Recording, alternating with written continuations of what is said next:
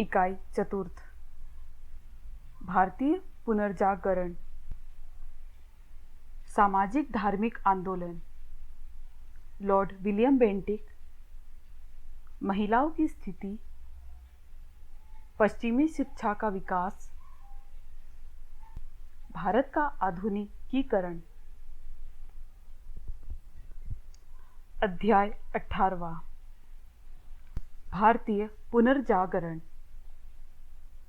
दीर्घ उत्तरीय प्रश्न।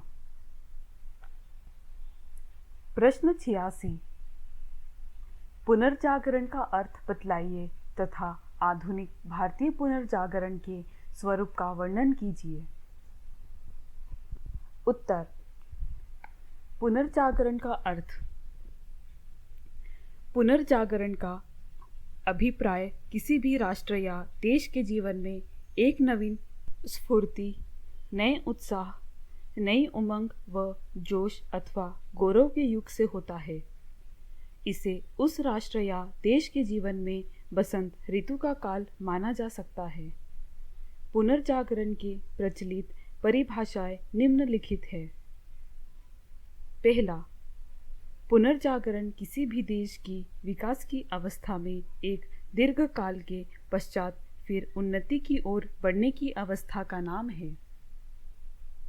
दूसरा, पुनर्जागरण का अर्थ है कि कुछ समय की निद्रा के उपरांत राष्ट्र के मानस, आत्मा अथवा मन मस्तिष्क का जागृत होना।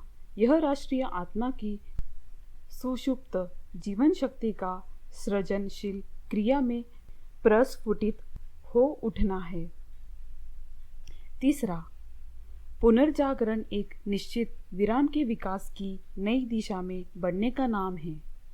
हम जिस दिशा की ओर बढ़ते हैं उस दिशा का निर्माण कहीं पूर्व मान्यताएं करती है, कहीं वह आदर्श करते हैं।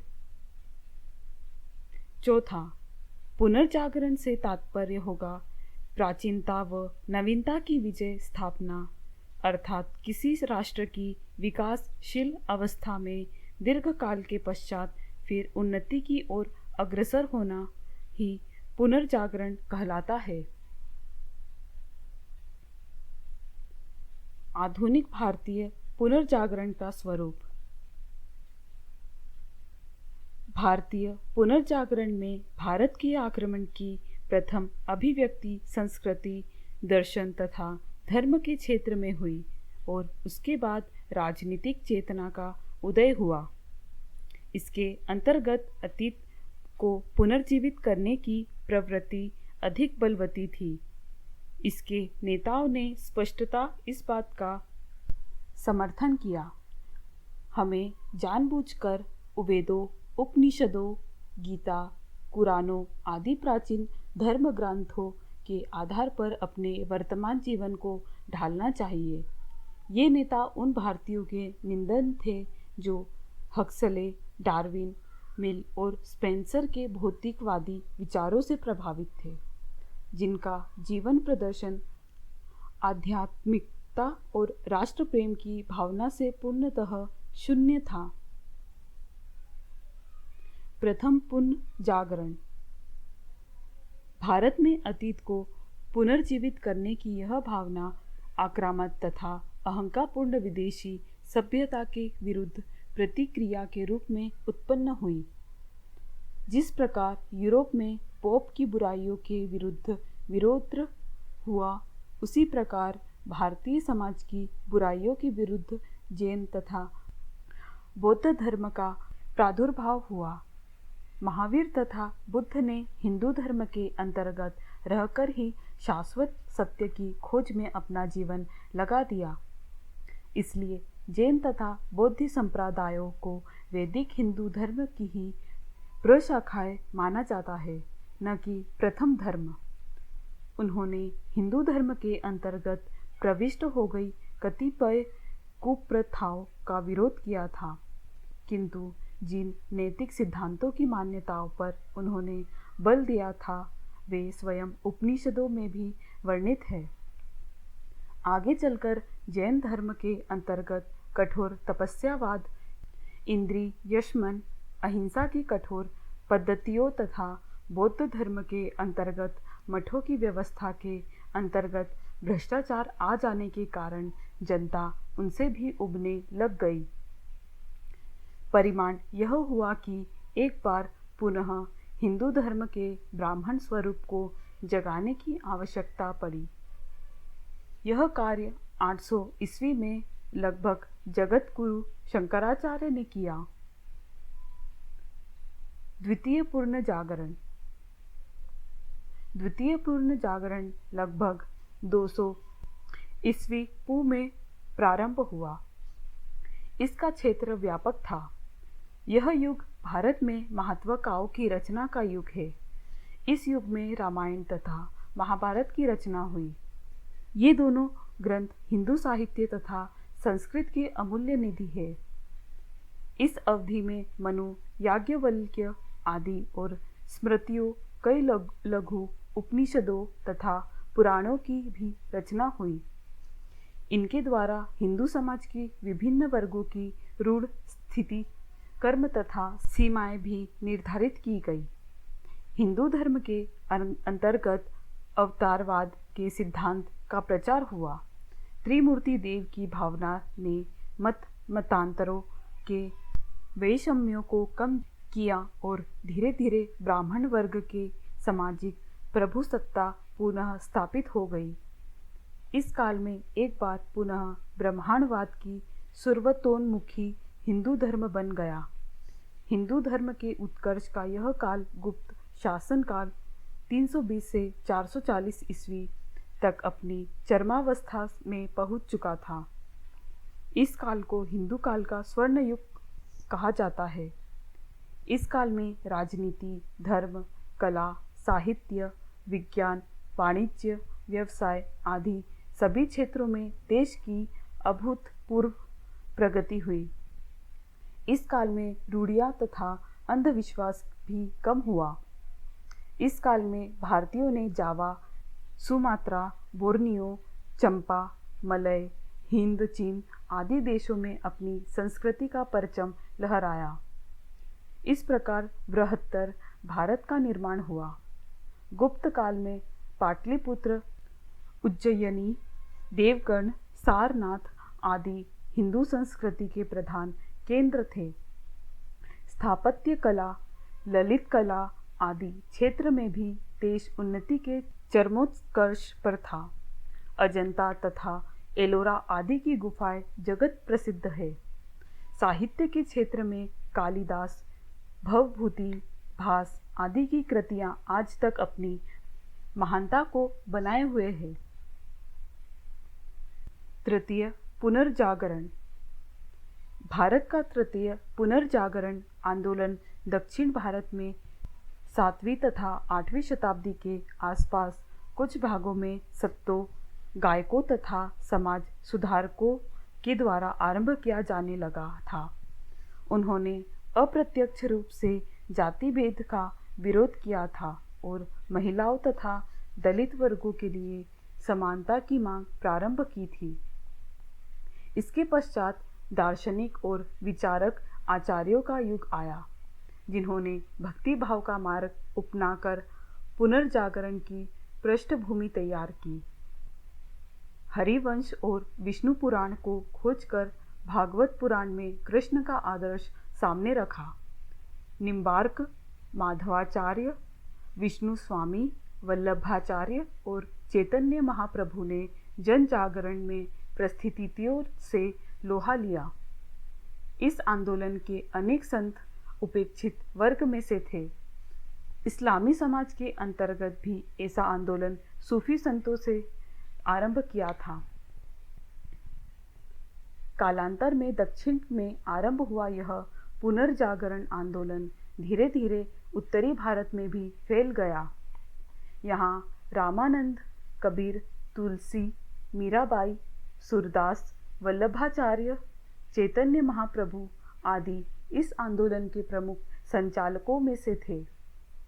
इन संतों की रचनाओं ने समाज में अंधविश्वास, रूढ़ियों, जाति पाति के भेदभाव तथा आडंबर पूर्ण धर्म की कठोर निंदा की। मुस्लिम आक्रमण के फलस्वरूप मुस्लिम जनता भी भारत में बस गई। इसका फल यह हुआ कि भारत में हिंदू मुस्लिम संस्कृतियों के बीच समन्वय स्थापित होने लगा। इसके कारण संगीत, कला, साहित्य, चित्रकला, वेशभूषा, खान पान आदि में नए प्रवृत्तियों का आविर्भाव होने लगा। मध्य युग के इस पुनर्जागरण का काल मुगल सम्राट अकबर, जहांगीर तथा शाहजहां के समय तक चलता रहा। अकबर की धर्म निरपेक्षता तथा धार्मिक सहिष्णुता की नीति ने ऐसे पुनर्जागरण को प्रोत्साहन दिया था। शाहजहां का शासनकाल भारत में मुगल साम्राज्य के स्वर्ग युग के नाम से जाना जाता है। चतुर्थ या आधुनिक पुनर्जागरण। भारतीय समाज में मुगल कालीन सभ्यता, संस्कृति तथा देश की सर्वांगीण उन्नति का वैभव भी अधिक समय तक नहीं रह पाया। औरंगजेब की मृत्यु 1707 के पश्चात जहां मुगल साम्राज्य छिन्न भिन्न होने लगा, वहीं भारत की राजनीतिक एकता समाप्त हो गई। इसका कुप्रभाव देश के सामाजिक, धार्मिक, आर्थिक, सांस्कृतिक आदि सभी क्षेत्रों में लड़ने लगा। यह समय यूरोप में महान जागृति का काल था, जबकि वहां ज्ञान तथा विज्ञान के क्षेत्र में भारी प्रगति तथा औद्योगिक एवं वाणिज्य व्यापार के क्षेत्र में व्यापक विकास हो रहा था। वहां के विभिन्न देशों के लोग एशिया तथा अफ्रीका के देशों में व्यापार व्यवसाय के लिए जाने लगे थे। भारत उनके लिए सबसे उत्तम देश सिद्ध हुआ। ब्रिटिश, फ्रांसीसी, डच, पुर्तगाली आदि यूरोपीय व्यापारिक कंपनियों ने भारत में व्यापार के एकाधिकार की होड़ मचा दी थी। अंततः ब्रिटिश ईस्ट इंडिया कंपनी विजयी हुई और उसने धीरे धीरे यहाँ अपना राजनीतिक प्रभुत्व स्थापित कर लिया। ब्रिटिश राजनीतिक प्रभुत्व की अवधि में भारत का जिस प्रकार जीवन के हर क्षेत्र में शोषण होने लगा, उसके कारण भारत एक बार पुनः पतन की पराकाष्ठा पर पहुंच गया और इसी पतन के फलस्वरूप आधुनिक भारतीय पुनर्जागरण प्रारंभ हुआ। इस पुनर्जागरण के विचार तथा कार्यकलाप आधुनिक भारतीय सामाजिक एवं राजनीतिक चिंतन की विषय वस्तु का निर्माण करने की सर्वोत्तम सामग्री प्रदान करते हैं। प्रश्न 87। पुनर्जागरण के प्रमुख कारण बताइए। उत्तर। पुनर्जागरण के कारण। भारत के इतिहास में 19वीं शताब्दी का पुनर्जागरण एक महान घटना है। कुछ विद्वानों का यह मत है कि आधुनिक भारतीय पुनर्जागरण पूर्णतः पश्चिम की देन है, किंतु हम इस मत से सहमत नहीं हैं, क्योंकि भारतीय पुनर्जागरण के इतिहास से स्पष्ट है कि भारतीयों ने ही इसका नेतृत्व किया है। भारत के राजनीतिक, सामाजिक, धार्मिक, आर्थिक आदि सभी क्षेत्रों में पुनर्जागरण आंदोलन पर पाश्चात्य की उपेक्षा भारतीयता का प्रभाव सर्वाधिक है। इसकी विवेचना हम निम्न प्रकार से कर सकते हैं। पहला, भारत की राजनीतिक एकता। 1857 ईस्वी तक संपूर्ण भारत पर अंग्रेजों का राजनीतिक प्रभुत्व स्थापित हो गया था। इस अवधि में उन्होंने सारे देश के लिए समान शासन नीति तथा प्रशासनिक व्यवस्था बनाई। इसका परिणाम यह हुआ कि सरकार की समरूप शासनिक नीतियों के भले तथा बुरे परिणामों का प्रभाव भारत की संपूर्ण जनता पर एक रूप से पड़ने लगा। विदेशी शासकों द्वारा शासित देश की जनता को जिन कमियों का आभास हुआ, वे सभी जगह समान रूप से थी। अतः उनके विषय में भी देशवासियों को समान दृष्टि से विचार करने का अवसर प्राप्त होने लगा। इस राजनीतिक एकता ने भारतवासियों में समान राजनीतिक जागृति उत्पन्न करने में योगदान दिया। दूसरा, विदेशों से संपर्क।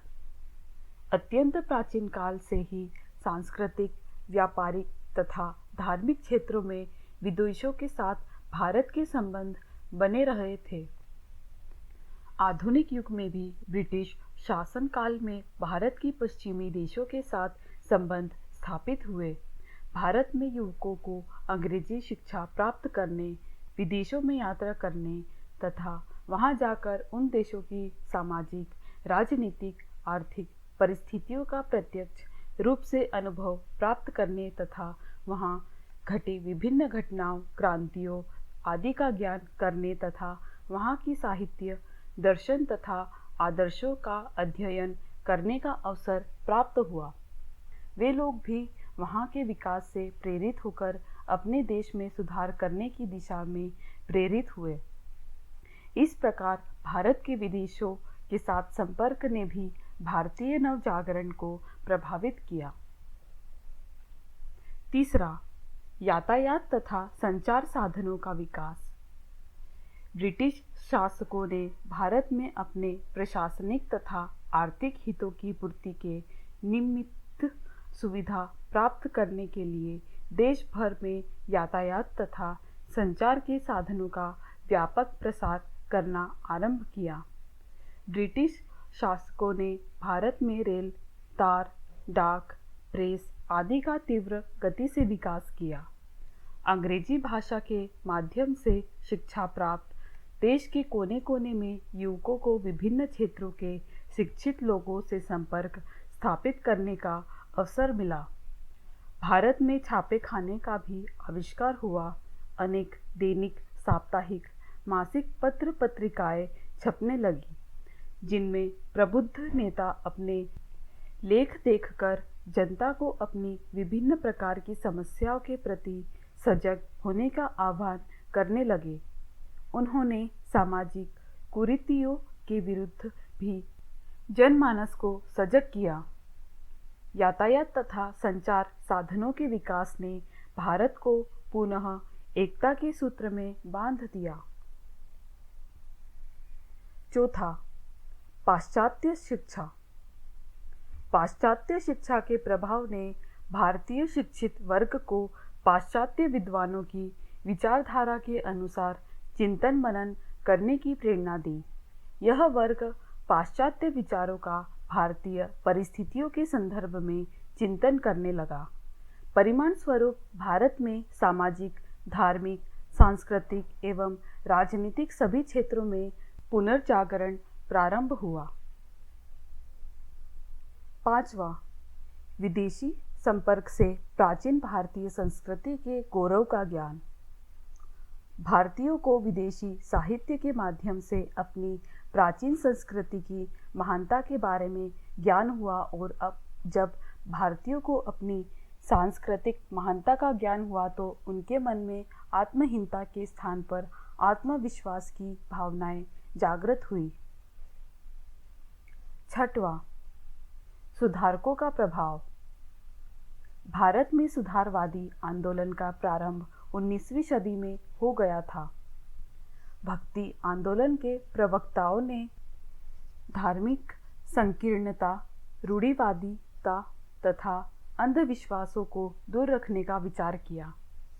19वीं शताब्दी में अनेक महान समाज सुधारक पैदा हुए जो भारतीय संस्कृति के महान उपासक थे। उन्होंने भारतीय समाज के उत्थान के लिए महत्वपूर्ण कार्य किए। इन समाज सुधारकों में राजा राम मोहन राय, स्वामी दयानंद सरस्वती, रामकृष्ण परमहंस, स्वामी विवेकानंद आदि का नाम प्रसिद्ध है।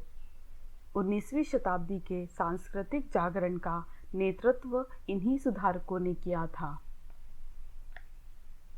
सातवां, ईसाई मिशनरियों का प्रभाव। 19वीं सदी के प्रारंभ से भारत में ईसाई धर्म तेजी से फैलने लगा। हिंदू समाज का निम्न वर्ग धन के लोभ में शीघ्र ही बड़ी संख्या में ईसाई धर्म को स्वीकार करने लगा। अतः ऐसी स्थिति में कट्टर हिंदुओं की आंखें खुली। उन्हें अपने धर्म का ख्याल आया। अतः उन्होंने यह अनुभव किया कि हिंदू समाज में सुधार लाना आवश्यक है। इस प्रकार ईसाई धर्म प्रचारकों ने अप्रत्यक्ष रूप से भारतीयों में धर्म सुधार एवं समाज सुधार की भावनाएं को पैदा किया। 8वां, एशियाटिक सोसाइटी के कार्य। 1784 ईस्वी में बंगाल में एशियाटिक सोसाइटी की स्थापना की गई। इसके तत्वावधान में प्राचीन भारतीय ग्रंथ तथा यूरोपीय पुस्तकों का भारतीय भाषाओं में अनुवाद हुआ। इन विद्वानों ने संस्कृत भाषा के ऐश्वर्य एवं समृद्धि तथा हिंदू साहित्य का ऐतिहासिक एवं साहित्यिक मूल्यांकन करके भारतीयों का ध्यान अपने देश के गौरवमय अतीत की ओर आकर्षित किया। इससे भारतीयों को आत्मबल मिला, उनकी आंखें खुल गई। भारतीय पुनर्जागरण को इससे भी बड़ी योगदान मिला। 9वां, यूरोप का बौद्धिक पुनर्जागरण। यूरोप में बौद्धिक पुनर्जागरण का भारत के युवकों पर भी प्रभाव पड़ा। उन्होंने भारत में सती प्रथा, बाल विवाह, बलात् वैधव्य, अस्पृश्यता, जाति पाति के भेदभाव, विदेश यात्रा निषेध, खान पान के कठोर नियमों आदि कुप्रथाओं पर प्रबल आक्रमण करना प्रारंभ किया और उनकी समाप्ति के आंदोलन चलाए। भारत के शिक्षित व्यक्तियों ने हिंदू धर्म तथा समाज के अंतर्गत क्रांतिकारी परिवर्तन लाने की आवश्यकता पर बल दिया। इस प्रकार पश्चिम के शक्तिशाली प्रभाव ने हिंदू धर्म की सोई हुई आत्मा को जगाया और एक महान पुनर्जागरण आंदोलन की भूमिका तैयार की। उपरोक्त कारणों के कारण भारतीयों के सामाजिक, राजनीतिक एवं धार्मिक जीवन में एक नई चेतना का संचार हुआ। संपूर्ण देश में जागरण की विद्युत धारा प्रवाहित हो गई। इसी कारण 19वीं शताब्दी भारतीय इतिहास में पुनर्जागरण की शताब्दी कहलाती है, जिसके फलस्वरूप ब्रह्मा समाज, Arya Samaj, Ramakrishna mission, theosophical society आदि त्रिमुखी आंदोलन भारत में प्रारंभ हुई। अतः जिस पूर्ण जागरण का आरंभ पश्चिम बंगाल से हुआ, उसकी दीपशिखा भारत के अन्य भागों में भी प्रज्वलित हो गई। प्रश्न 88, भारतीय पुनर्जागरण आंदोलन के परिणाम बतलाइए। उत्तर, भारतीय पुनर्जागरण आंदोलन का परिणाम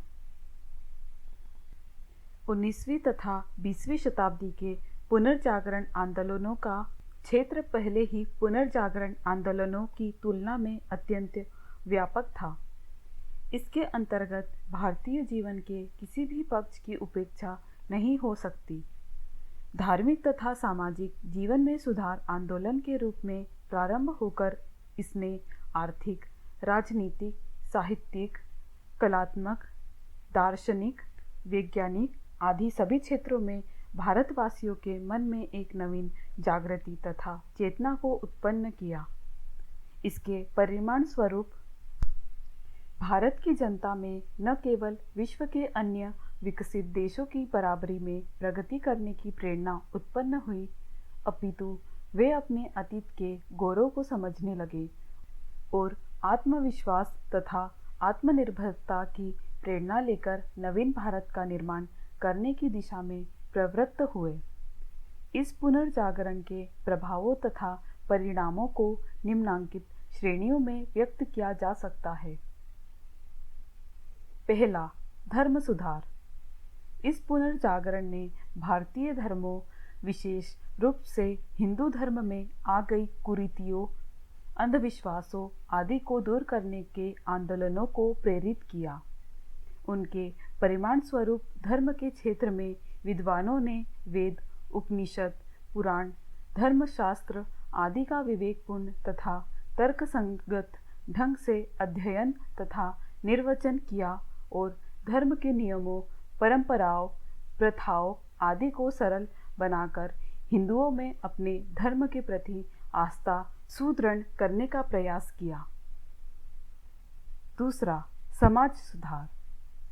भारतीय समाज में जो अमानुषिक, अवैज्ञानिक एवं अनैतिक कुप्रथाएं आरंभ हो गई थी, उन्हें समाप्त करना इन सभी आंदोलनों का सबसे पहला लक्ष्य था।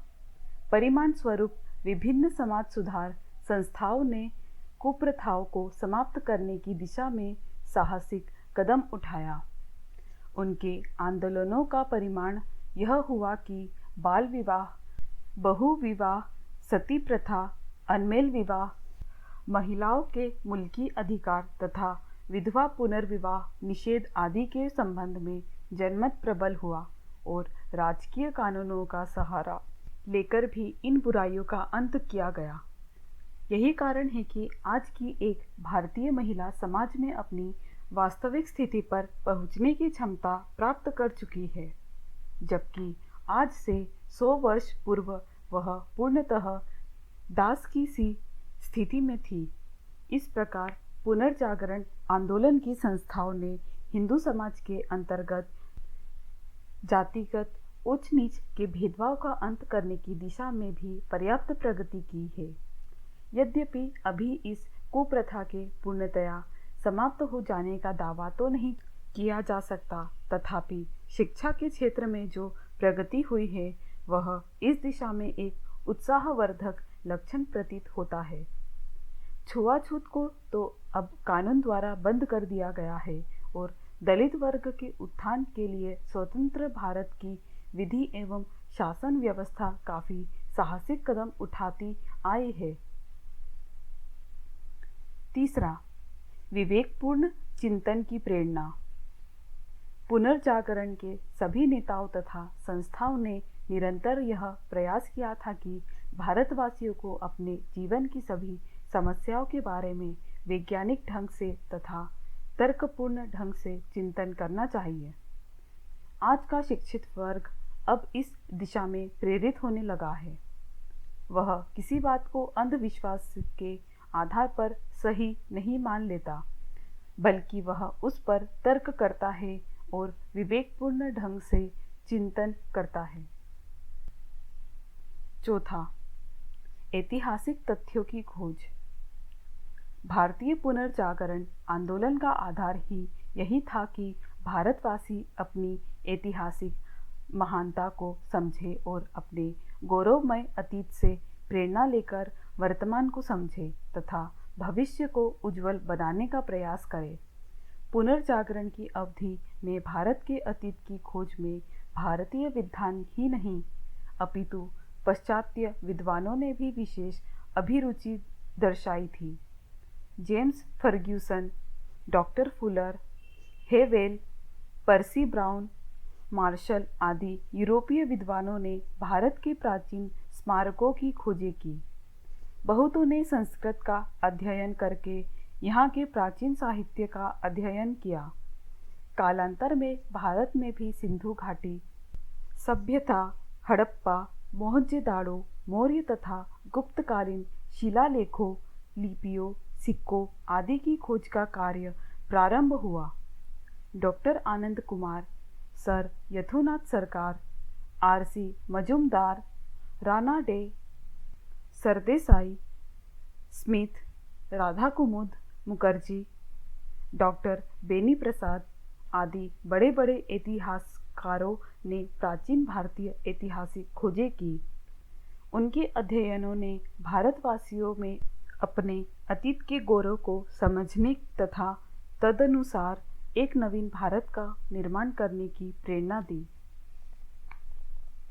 पांचवा, साहित्यिक खोजें। इतिहास के क्षेत्र में ही नहीं वरन प्राचीन भारतीय साहित्य की खोज की दिशा में भी इस आंदोलन ने भारतवासियों को प्रेरणा दी।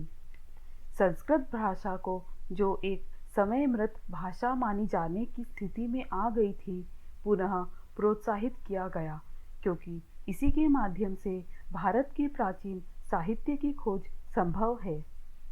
इस दिशा में भी पाश्चात्य देशों में अनेक विद्वानों ने अभिरुचि दर्शाई, जिससे भारत के विद्वानों को भी प्रेरणा मिली। वेदों, उपनिषदों, धर्मशास्त्रों, महाकाव्यों एवं अन्य साहित्यकारों की रचनाओं का अध्ययन किया जाने लगा। इसका परिणाम यह हुआ कि भारतवासी साहित्य के क्षेत्र में भी अपने देश के प्राचीन कालीन गौरव पर गर्व करने लगे। छठा, भारतीय भाषाओं का विकास। मुस्लिम शासनकाल में उर्दू तथा फारसी और ब्रिटिश शासनकाल में अंग्रेजी के राजकीय भाषा होने का परिणाम यह हुआ था कि भारत की विविध क्षेत्रीय भाषाओं का विकास अवरुद्ध हो गया था। पुनर्जागरण आंदोलन ने जहां संस्कृत भाषा के पुनरुत्थान का अभियान चलाया, वहां प्रेस के विकास, राष्ट्रीय चेतना की अभिवृद्धि तथा शिक्षा के व्यापक प्रसार ने भारतीय भाषाओं के विकास को प्रोत्साहित किया। भिन्न भिन्न क्षेत्रीय भाषाओं के माध्यम से पत्र पत्रिकाओं तथा अन्य साहित्यों की रचना होने लगी। कालांतर में यह मांग बढ़ने लगी कि उच्चतर तथा उच्च शिक्षा का माध्यम क्षेत्रीय भाषाएं होनी चाहिए। आज भारत के संविधान में 22 क्षेत्रीय भाषाओं को मान्यता दी जा चुकी है और भाषा के माध्यम से उच्चतर साहित्य का सृजन होता जा रहा है। सातवां, विज्ञान तथा दर्शन में प्रगति। पुनर्जागरण के नेताओं तथा संस्थाओं ने संकीर्ण राष्ट्र भावना को कभी विकसित नहीं किया। वे जानते थे कि पाश्चात्य देशों में भारी वैज्ञानिक प्रगति हुई है, अतः भारत को भी विज्ञान के क्षेत्र में उन्नति करनी है। यह पाश्चात्य शिक्षा के बिना संभव नहीं था। अतः आर्य समाज तक ने अंग्रेजी भाषा की शिक्षा का विरोध नहीं किया था। पाश्चात्य शिक्षा प्राप्त अनेक भारतीय विज्ञान वेत्ताओं ने विज्ञान के क्षेत्र में अनेक मौलिक खोजें करके पाश्चात्य को यह बताया कि भारतवासी किसी भी क्षेत्र में पाश्चात्य देशों के विद्वानों से कम समक्ष नहीं हैं। Jagadish Chandra Bose, C V Raman, doctor Meghnad Saha, S Chandrasekhar सदृश विश्व विख्यात वैज्ञानिक शोधकर्ता भारत में उत्पन्न हुए। सीवी रमन को भौतिक की खोजों के निमित्त नोबेल पुरस्कार प्राप्त हुआ था, जो भारतीय वैज्ञानिकों के लिए एक महान प्रतिष्ठा की बात थी। इसी प्रकार दर्शन के क्षेत्र में भी भारत ने ऐसे महान दार्शनिक पैदा किए हैं जो अपनी दार्शनिक प्रतिभा में पाश्चात्य देशों के दार्शनिकों की तुलना में महानतम सिद्ध हुए हैं। आठवां, आर्थिक प्रगति। पुनर्जागरण आंदोलन के नेता भारत की आर्थिक अवनति से बहुत चिंतित थे, क्योंकि देश के अर्थव्यवस्था पर विदेशी सत्ता का नियंत्रण था, जो देश के आर्थिक शोषण पर तली हुई थी। अतः उनके प्रचार तथा प्रयासों ने देश को आर्थिक दृष्टि से आत्मनिर्भर होने की प्रेरणा दी थी। जब देश स्वतंत्र हो गया तो तुरंत आर्थिक नियोजन के कार्यक्रम अपनाए जाने लगे। कृषि, उद्योग, व्यापार, व्यवसाय, तकनीक आदि सभी क्षेत्रों में देश को आत्मनिर्भर बनाने के प्रयास जारी है। आज का भारत भले ही इन क्षेत्रों में पश्चिम के विकसित देशों की बराबरी में नहीं आ पाया है, तथापि उसने पर्याप्त प्रगति की है और प्रगति की दिशा में निरंतर प्रयत्नशील है। नौवां, कलाओं का विकास। पुनर्जागरण के साथ साथ भारतवासियों को यह आभास होता गया कि उनका देश विविध प्रकार की कलाओं में भी एक समय संसार का सिरमौर था। अतः एक बार फिर उसे अपनी वही स्थिति प्राप्त करनी है। अतएव चित्रकला, वास्तुकला, संगीत, नृत्य, नाट्य, स्थापत्य कला आदि के क्षेत्र में भी विकास होने लगा। फिल्म निर्माण कला में भी भारत पिछड़ा नहीं रहा।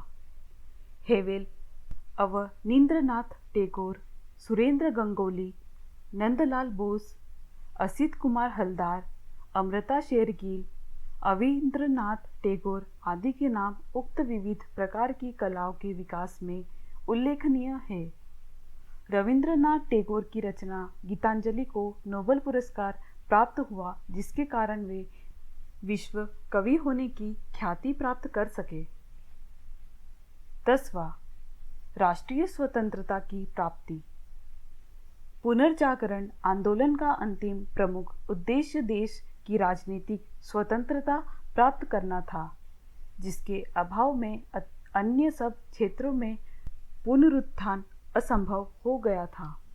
अतः पुनर्जागरण आंदोलन के नेता जहां विविध प्रकार की समाज तथा धर्म सुधार संस्थाओं से संबंध रहे, वहां उन्होंने जनता की राष्ट्रीय चेतना को जगत करने तथा उसे राष्ट्रीय स्वतंत्रता प्राप्त करने की दशा में भी प्रवृत्त किया।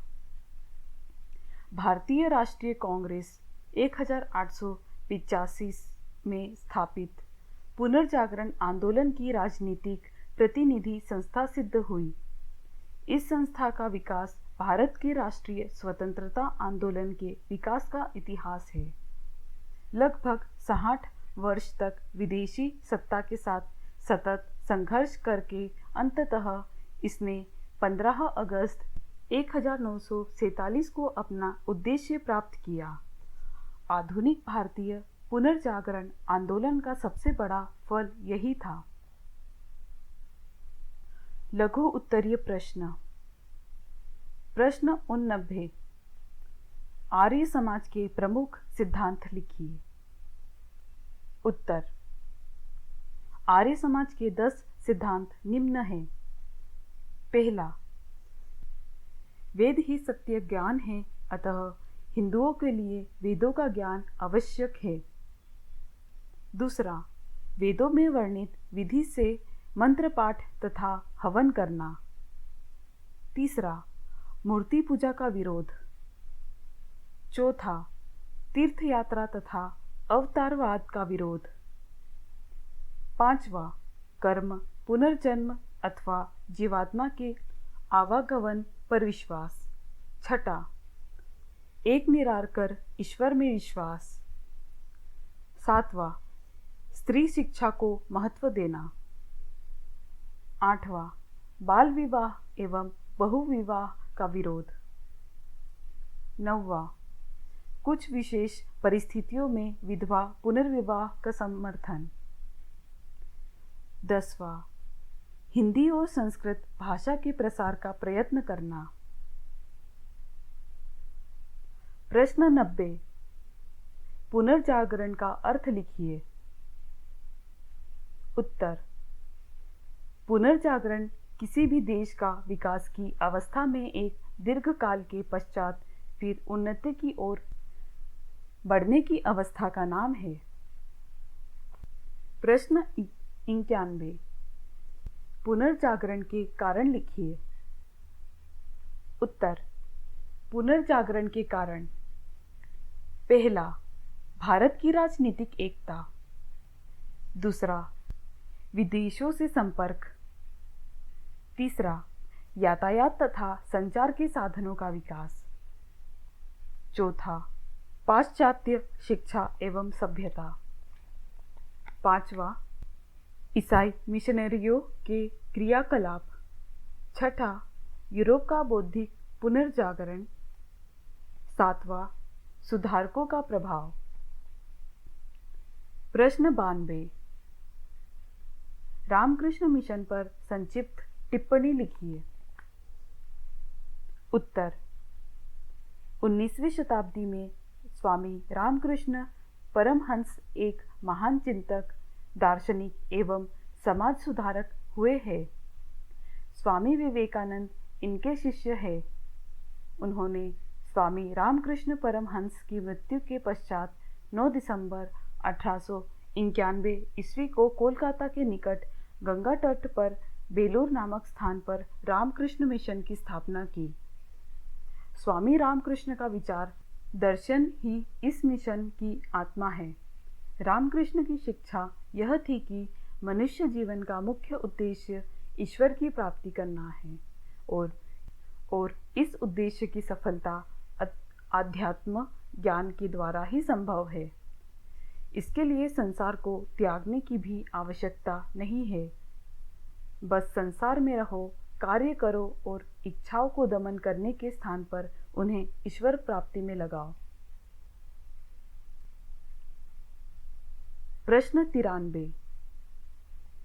थियोसॉफिकल सोसाइटी की स्थापना किसने की थी?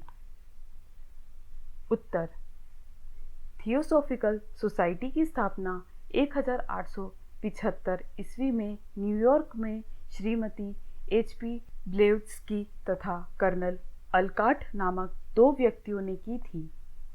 1879 ईस्वी में ये दोनों भारत आए और मद्रास के निकट दिसंबर 1882 ईस्वी में अडियर में अपने समाज का मुख्यालय स्थापित किया। इसके बाद इसकी शाखाएं सारे भारत में फैल गई। प्रश्न 94। थियोसॉफिकल सोसाइटी के 3 मुख्य उद्देश्य लिखिए। उत्तर, थियोसॉफिकल सोसाइटी के 3 मुख्य उद्देश्य है। पहला, नस्ल, जाति, धर्म आदि के भेदभाव के बिना विश्व बंधुत्व का एक केंद्र स्थापित करना। दूसरा, धर्मों तथा दर्शनों के तुलनात्मक अध्ययन को प्रोत्साहन देना। तीसरा, प्रकृति के रहस्यों तथा मनुष्यों की अंतर्निहित शक्तियों का उद्घाटन करना। वस्तुनिष्ठ प्रश्न, सही विकल्प चुनिए।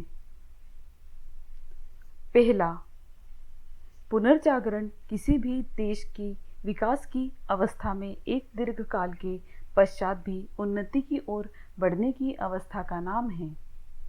यह परिभाषा किसने दी? अ. ज्योति प्रसाद सुद, ब. VP शर्मा, स. ब्रजेंद्र प्रताप गौतम, द. मजूमदार। दूसरा, आधुनिक भारतीय राजनीतिक विचारधाराएं नामक पुस्तक के लेखक कौन हैं? अ. VP वर्मा, ब. वीरेंद्र शर्मा, स. ब्रजेंद्र प्रताप गौतम, द. मजूमदार। तीसरा, आधुनिक भारतीय राजनीतिक चिंतन नामक पुस्तक के लेखक कौन हैं? अ. VP वर्मा, ब. प्रभुदत्त शर्मा, स. मजूमदार, द. वीरेंद्र शर्मा। चौथा, आर्य समाज की स्थापना कब हुई?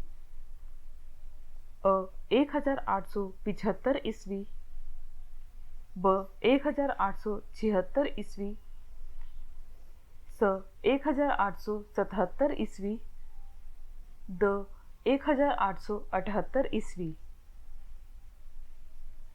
पांचवा, आर्य समाज की स्थापक कौन थे?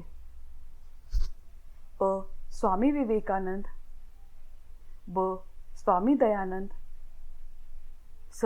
Rana day, the. Annie Besant. छठा, रामकृष्ण मिशन की स्थापना कब हुई? अ. 9 दिसंबर 1891, ब. 10 दिसंबर 1892, स. 11 दिसंबर 1892, द. 15 दिसंबर 1893। सातवां, थियोसॉफिकल सोसाइटी की स्थापना किसने की? अ. श्रीमती HP ब्लेविट्स तथा कर्नल आलकाल्ट, ब. श्रीमती एनी बेसेंट, स. दयानंद सरस्वती, द. A.O. ह्यूम। उत्तर, पहले का स, दूसरे का ब, तीसरे का अ, चौथे का अ, पांचवे का ब, छठे का अ, सातवें का अ।